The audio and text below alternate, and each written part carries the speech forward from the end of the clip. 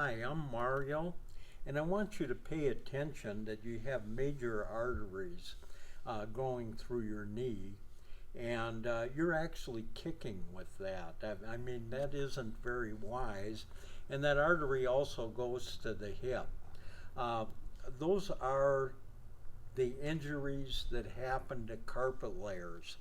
I myself uh, severed an artery using a knee kicker, and my knee filled up with blood, not only my knee, my leg, my entire leg.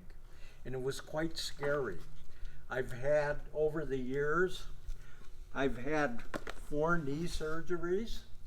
I've had my knees drained more than 30 times, and it's all caused by one particular tool, the knee kicker. Don't use this tool. We have many alternatives to this tool, and they're easy to use, and they're safer, and you won't get hurt.